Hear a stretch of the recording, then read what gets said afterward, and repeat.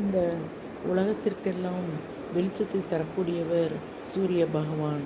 சூரிய பகவானை அனுதினமும் நாம் தவறாது வழிபாடு செய்வதால் நம்முடைய வாழ்க்கையிலும் இருள் விலகி வெளிச்சம் கிடைக்கும்.